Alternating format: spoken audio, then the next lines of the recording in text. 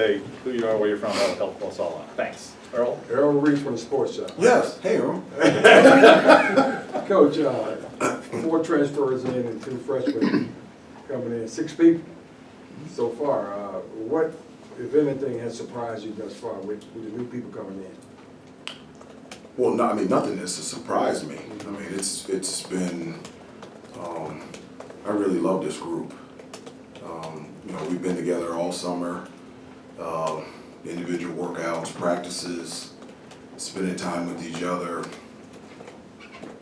breakfast, lunch, dinners, just been, you know, and one of the things that I tell everybody, you know, in order to play for me, like the biggest thing for me is relationships. And you can't play for me unless you know me, and I can't coach you unless I know you. So the only way that you can know me and I can get to know you is for us to spend a ton of time together. And that's what we've been doing. It's just spending a lot of time together, just getting to know each other and building those relationships. And when you have relationships, the chemistry part on the basketball court is the easy part.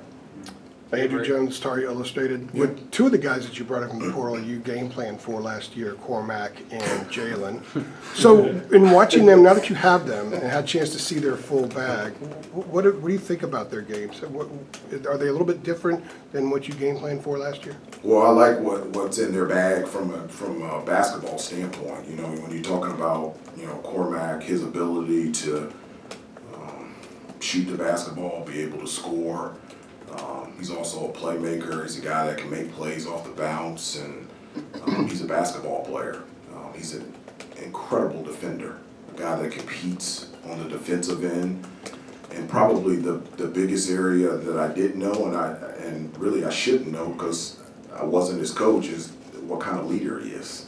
He's a gatherer. I mean, he just is a vocal leader in the locker room, on the court, off the court. And just brings teammates together. And, you know, with him, this being his last year in college, you know, there's a sense of urgency in him for this thing to work out. And it's just been great being around him and coaching him this summer. And then, you know, Jalen Withers, he's somebody that I like even coming out of high school. I've always been a big fan of his. One of the things that you can even ask the assistant coaches every time that we played Louisville, the one person I was worried about was him.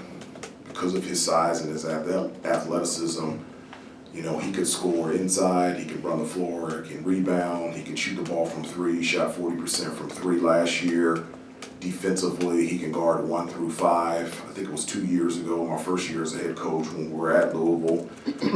RJ had a wide open layup to score to win the game, and I don't know where he came from, but he blocked the shot and went into overtime. And so just having him around and his personality, he's just such a team guy, always laughing, always wanting to have fun. And so having those 2 personalities and the combination of their game is something that I'm really excited about.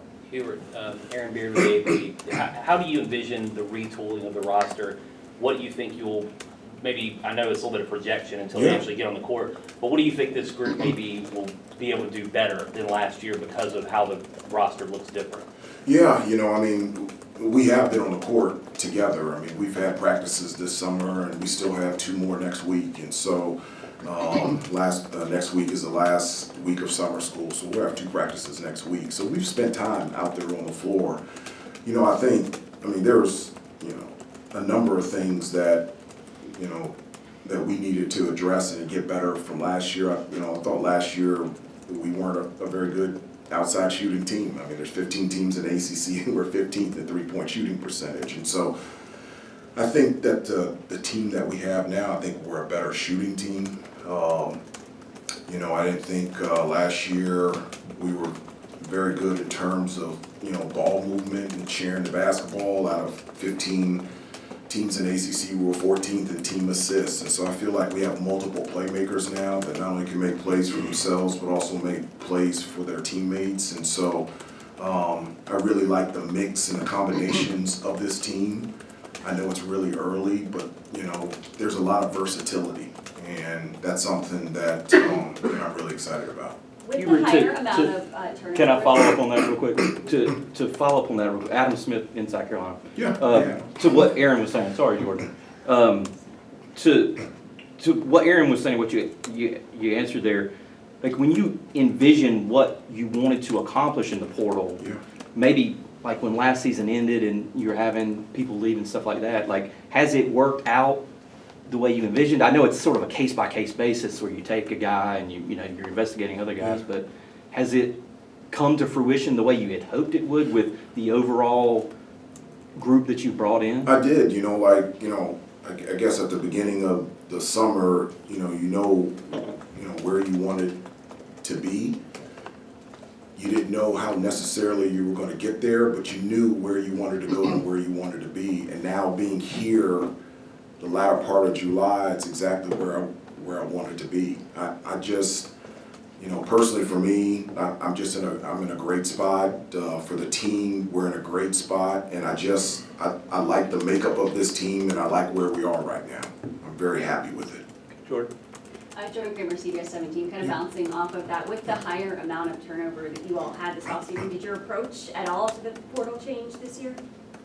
No, I mean, not at all. It's, one of the things that I think is different. There's a number of things that are different in college basketball. Things have changed, obviously, when I played.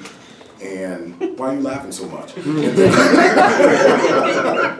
But a lot of things have changed in the 2.5 years that I've been head coach. I mean, the transfer portal is real. I would characterize it more as free agency. The extra COVID year, I think that's something that hasn't gotten a lot of, I don't know what, I don't think it's been talked about enough in terms of the impact that it's had on teams and programs. NIL, the growth of NIL plays a huge factor. The involvement of agents.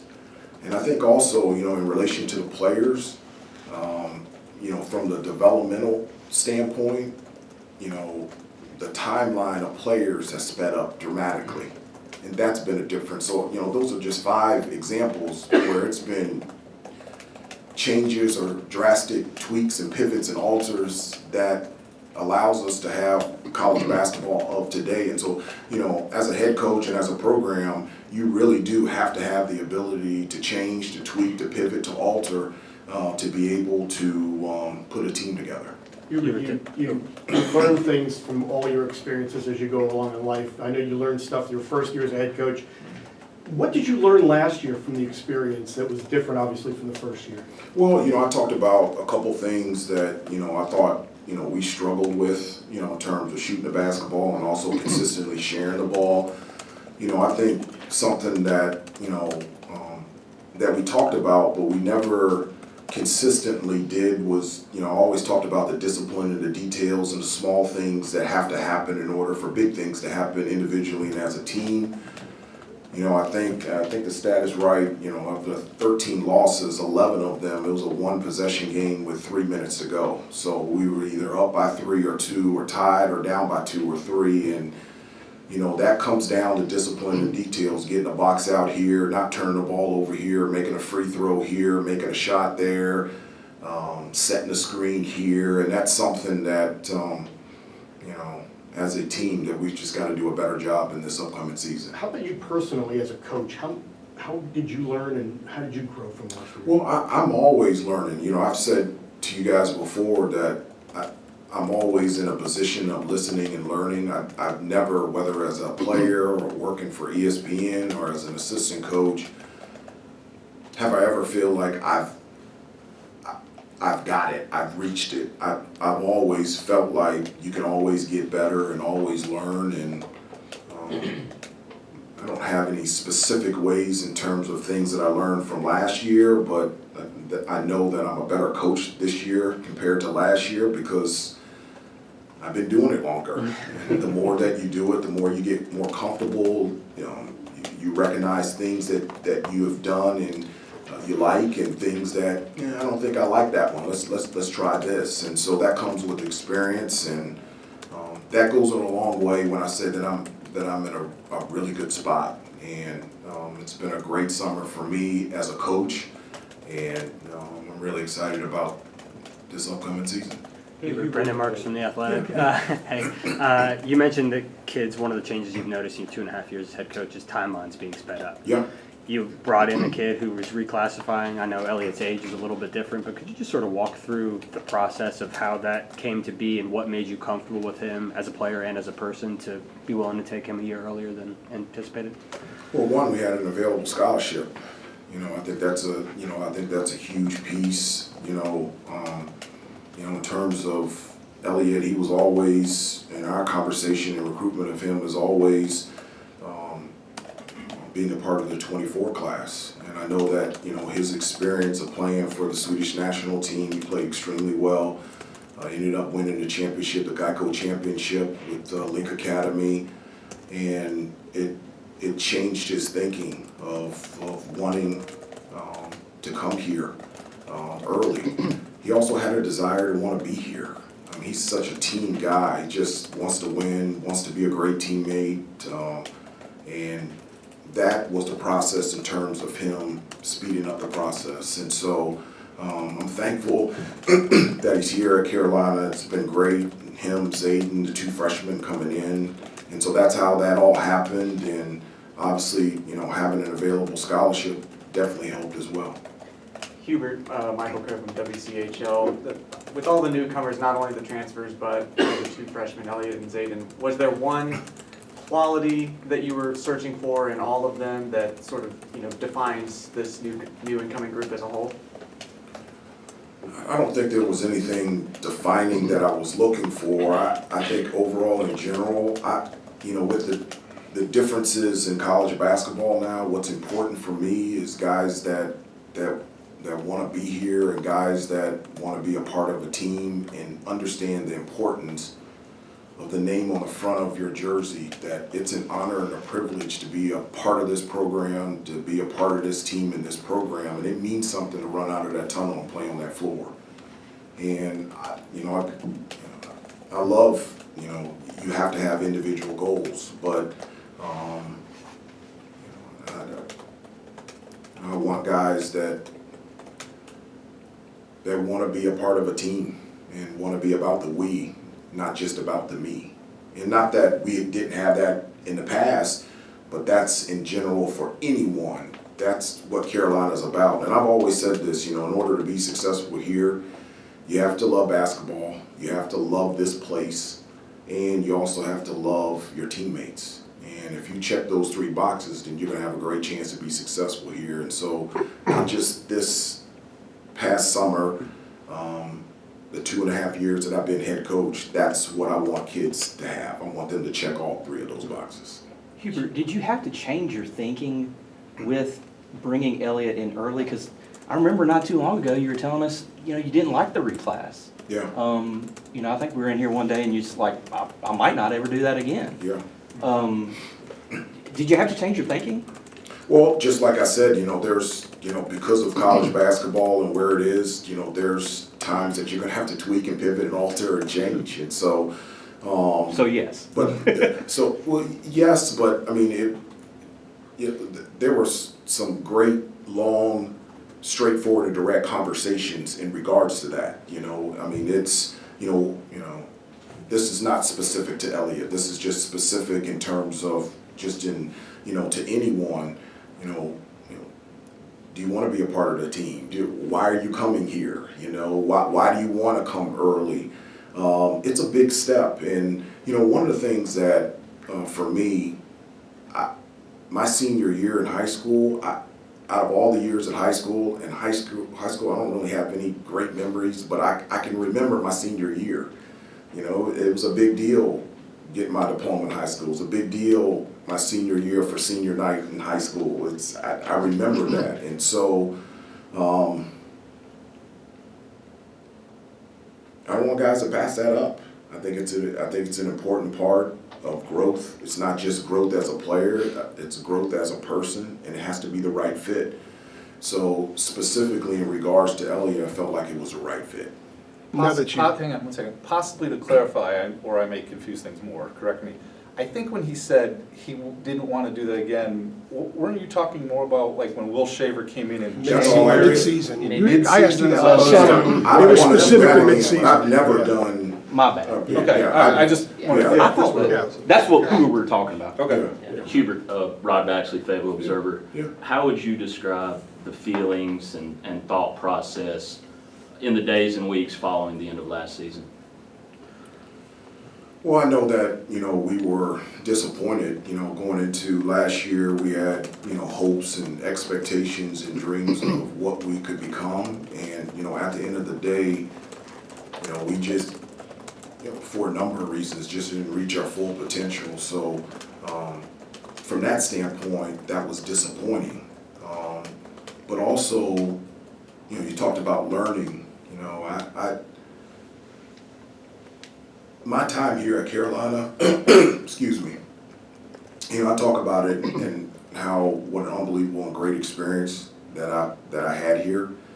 That being said, in my time here, there were rainy and windy days, and there were a lot of them. There were some hard times, and the feeling that I have about this place is not just because of the sunny days, it's also about the perseverance through the rainy and windy days. And so it's a great opportunity to grow, great opportunity to learn, and I feel like that we're all in a great position to get better from last year and to improve upon that and have the type of season that we want and hope for.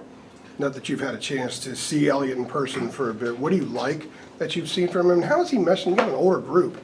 So how is he meshing with some of the older guys that he's going to be working with? Well, he is. I mean, he's, him and Zayden and all the transfers, it's come together really quickly. I mean, just the personalities just work together in the locker room and out there on the floor. The chemistry is there, and I really like it. And there's a desire to be good from different directions, from the guys that were here last year and experienced 2 years ago and last year, from the guys coming in as transfers, and then Zayden and Elliott coming in as freshmen. And so there's a sense of urgency and a competitiveness and a drive that's coming from different directions, but all meeting in the same place. When you have leadership like RJ, when you have leadership like Armando that have been here before and have experienced the highs and lows, they have done an unbelievable job of just creating team and getting the new guys, not just the freshmen, but also the transfers, just acclimated to what this program is about and what our team is going to be about. Did that, if I could follow on that, did that come naturally, or did you have a talk with them saying, look? That came naturally. It just did. Now, I said before, we spend a ton of time together. I mean, we just do. And, but that wasn't something that I met with RJ or Armando or anybody about. This is something that they took personally for themselves, to be leaders and to integrate the new guys with the old guys and just to create a really good team chemistry. And so I'm really proud of RJ, I'm really proud of Armando, and this team is together because of those two guys. Hubert, Louis Rand is WRAL. You mentioned the two of them. I think it's rare, if not, almost never happens in college basketball where you have two guys who have been here for so long, especially in Armando's case. Yeah. How difficult is it do you think, just for them to be the way you described after seeing the team change, after seeing so many different teams change over the course of their time here? Well, I mean, both of those guys, they're both Carolina guys, and they love it here. It gives me hope that, talented guys as much as they are, have a desire to still stay here and to be here because they believe in this place and they love it here. And having guys like RJ and Armando and specifically for those two, even as an assistant coach, I was the lead recruiter for them, so I've known them even longer. And so to have those type of relationships and to have them still here and having an opportunity to coach them and be around them every day is a real blessing and an honor, and it's something that, you know, a lot of coaches don't get an opportunity, a chance to be able to experience. Hubert, to follow up on Armando, I mean, he obviously, you mentioned the COVID year and how that maybe hasn't gotten the notoriety or discussion, whatever, that it warrants. Yeah. How are your conversations with him this year different from maybe they were this time, you know, in last April? And what did he sort of express to you as to the primary reasons why he did want to utilize that extra year? Well, you know, my, you know, conversation and communication with Armando's been straightforward and direct and the same since I first saw him play at 15 years old. But, you know, this is his last year. Are we sure about that? As of now. This is Armando's Tweet that out. last year. And Breaking. and so, after this year, it's over. And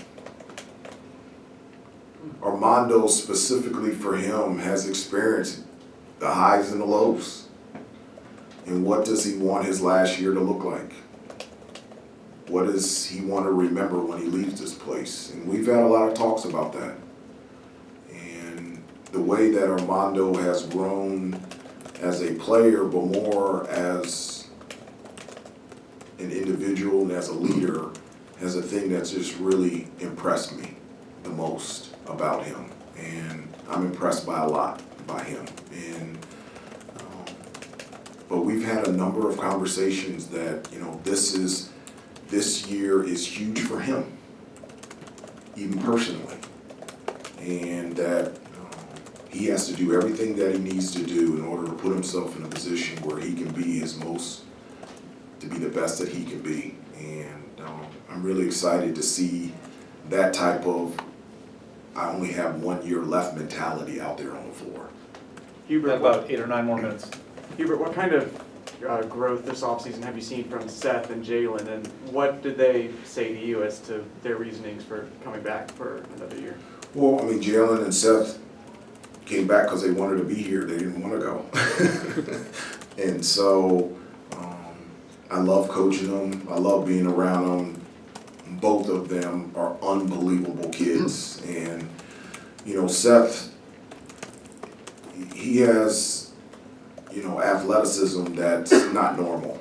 And he can be, I think, the best defender in the country. I really do. I mean, his ability to pick up full court and keep the ball in front of him, I think he has that ability to be a problem on the defensive end. And, you know, with his speed and his athleticism, being able to attack the basket and get to the free throw line. And he's been really working hard all summer, shooting the ball from the outside and just becoming more consistent from three-point range. Jalen he's basically lived in the locker room, I mean in the weight room. He's been there all summer and it's gotten to the point where both of his legs are equally strong, and he's really worked hard on his conditioning. He can really score around the basket, he can shoot, and both of these guys want to play a bigger role this year, and they have shown that by their preparation and by their effort and the way that they have worked this summer. This was Jalen's first full no holds barred summer. This was the first year where he could actually work out. You know, the last 2 years they were rehab summers, and that's a big difference. This is the first year where he is working out. He's not rehabbing, he's working out, and that's a huge deal for him. And being out on the floor and, you know, missing the instincts of just playing 5-on-5, you know, it takes time to get that rhythm back. And I just really like the way that he's playing. Hubert, I wanted to ask you about, if I'm not mistaken, you can have 4 coaches on the court now, right? The NCAA rule? 6. Well, a 4th. Am I wrong about that? You get 2 more on-court assistants. Yeah, you're Right. up to 6 now. Yeah. What are you gonna what are you gonna do with that? And, I mean, you know, also, it seems like the in vogue thing in college basketball is the GM role, general manager type role in college basketball. I'm not there. Okay. Well, why aren't you there yet? Because some schools are, you know, you see the Dukes and the Villanovas and people like that going to a general manager. Well, I mean, for the two additional coaches, Pat Sullivan and Marcus Page, what I love about it is gives them an opportunity to be out there on the floor. And so it gives, you know, more hands-on approach, coaches that can do individual workouts, film work, all kinds of different stuff. And so from that standpoint, to have, you know, Pat Sullivan and Marcus Page on the floor with our players, I see that as just a major benefit for us in our program. In terms of how that'll structure, in terms of practice and games, that'll all be the same. You know, I think it's important for me. You guys know this. I like limited noise, and so, you know, even though there's more people on the floor, there has to be just one voice. And so, but I'm really happy with Pat and Marcus, and I'm really excited that they get an opportunity to be out there on the floor with our players. Trey Scott, Tori Illustrated. We talked about RJ's and Bacot's leadership, but the transfers you got coming in have played a lot of basketball. They have. How has that translated to practice? What have you been able to see, you know, from these guys that, you know, these are veterans that played ACC a lot of games?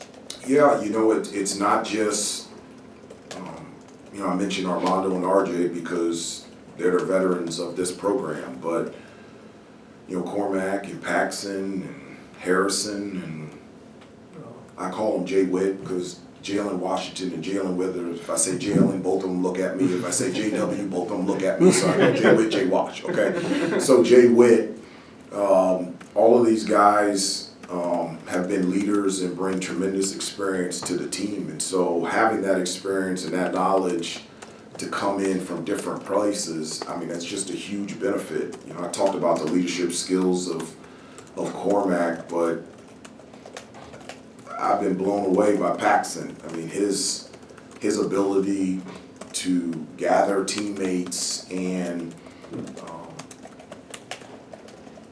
bring guys together has been unbelievable. Like all these older guys, they'll take out Zayden and Elliott. Let's go to lunch. You know, very easily. Armando, being a fifth-year senior, I'm not going to hang out with the younger guys. No, he's bringing them along for breakfast, lunch, come over to the house. And the biggest change for me, you know, with this team is you talked about, you know, our stuff planned. Like, it is not, the gathering of this team has never been planned all summer. Like, they're always doing stuff together, cooking out at players' houses and going to the movies together. They went to the soccer game to see Chelsea and Wrexham last night. And so that's not just from RJ and Armando, but also from the leadership of the older guys that are coming in as transfers. So Hubert, just to clarify, you don't anticipate hiring anybody else for those newly created roles? No. Sully and Marcus are going to slide in there? Yes, they are. Thanks. Yes. Can we, on the GM, just to follow up on that, like, is that something you're even considering? It looking is. It's at? something that I'm talking about and something that I'm considering in regards to the changing things in college basketball, because there's a number of responsibilities that I have. Now you add on the transfer portal, the involvement of agents, NIL, that's a lot. And you know, why I'm talking about it and thinking about it is making sure, because the most important thing is me being a basketball coach, but that is other parts of my job. And so it's something that I'm considering, it's something that I'm talking about, and that's where I'm at in terms of a GM. Thanks for clarifying Yeah, that. sorry about that. Hubert, I don't have one as of now. There you go. It probably was a terrible wordly question. No, on it my wasn't. It part. was great. It's great. It's changing. It's just, it's different. Jeremiah Holloway with Inside Carolina. I wanted to ask specifically about Marcus Page, who brought in this summer, of course, pre-existing relationship, former player. Just what was that like, you know, bringing him on, and what kind of, how do you think he kind of fits with the coaching staff, and what kind of impact do you think he'll have with among the team? Well, Marcus and I came in together. His freshman year is my first year as an assistant coach, and so Yeah, can you believe that? Some of us were here then too. I know, a lot has changed in 12 years, and so, just my relationship with Marcus is, being one of his assistant coaches and just enjoying coaching him and being around him and knowing him for so many years. I know that, he had a successful professional career. Not only was, he was great on the court, and, he was at the top in terms of academically and being a leader and being that person off the court that represented not only our team, but our university and our program at the highest level. Why wouldn't you want to have a guy like that around every day, around our players? And so we had some discussions during last season that, this might be his last year of playing professionally. And I told him, I asked him, what were you thinking about doing if you were to retire? And one of the things he said, he would love to get into coaching, he'd love to come back here. And I said, okay. Well, I said, well, when you're serious about retiring, why don't you come back to me and talk to me? And so towards the end of the season, he was like, I'm serious. And I said, I'm serious too. And so we just continue to talk, and I just love having Marcus here, and he's just a great person. And the 4 years that he was a player, did he ever give off any kind of indication that he either could be a coach or had an interest in coaching? Was that ever teased at all? No, we never talked about it. While he was a player here, did he ever want to become a coach? But he was an extension of Coach Williams out there on the floor. So, he not only did he know what he wanted or needed to do out there on the court, he knew the responsibilities of everybody else out there on the floor. And so he was an extension of Coach Williams. So him being a coach is not a far stretch for me thinking about his experience here as a player. Nobody's asking about Harrison. You want to talk about Harrison? Yeah, Harrison, I just, one of the things that I love is I love multiple playmakers. I just do. I love having multiple guys out there on the floor that can make plays, that can not only facilitate or make plays for themselves, but also facilitate for their teammates. And, Harrison can definitely do that. He has tremendous size, versatility. He can play a number of different positions. He can handle the ball. He can pass. He can shoot. He can post up. He's really physical and can defend, whether it's in the post or out on the perimeter. And it's nice to have somebody with that size and that type of skill level and athleticism that can do a number of things out there on the floor. And so he was a big-time player in the Pac-12 and for 2 years at Stanford, and really excited that Harrison is here now. Got time for the last two questions. Brandon and Adam. Yeah, Hubert, so building off Harrison, you guys recruited him out of high school initially with Paxson. I think his dad might have recruited Sean when he was still here. Yeah, it's all like a... Played against Jalen, played against Cormac. Like, do you, just in the changing nature of roster construction, do you have to keep your files longer, so to speak, on guys, just in case they come back available a second time?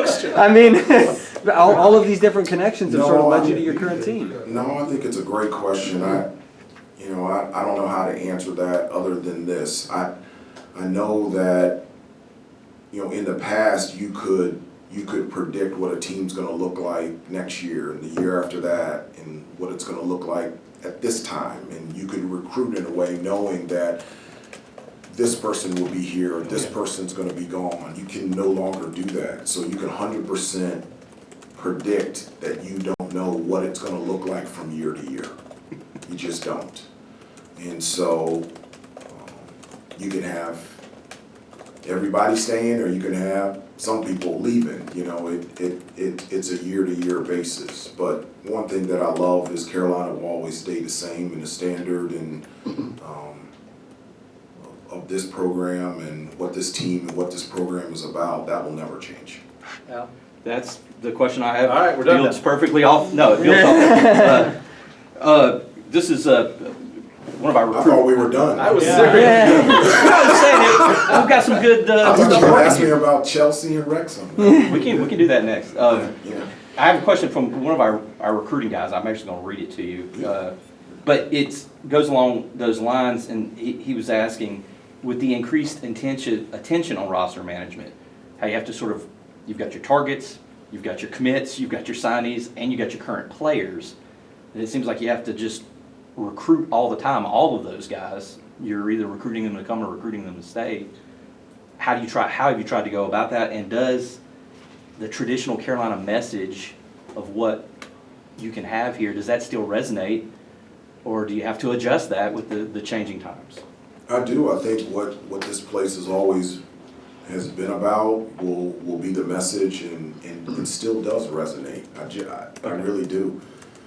I think being a part of this program and this university and playing at the highest level from a basketball standpoint, but also getting a high-level education means something to kids. It still does. It still means a lot to kids, still means a lot to parents, and it's important to me. It will always be important to me, and so the guys that come here, it's got to be important to them as well. But as I said before, you know, in this position, you're going to have to be able to tweak and to change and to pivot and to alter things. And you're right, in terms of the recruiting standpoint, it comes from a different directions now. There's never a time where you're not recruiting.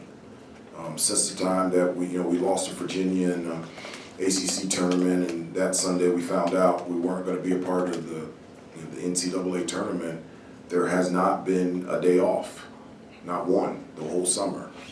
And so you were either recruiting your players, recruiting transfers, recruiting high school kids. It's always a process. And so that's the nature of college basketball right now, specifically being a head coach, and I do it with joy and happiness. Thank you, everybody. Thank you, Coach. Thank you. Thank you, appreciate you.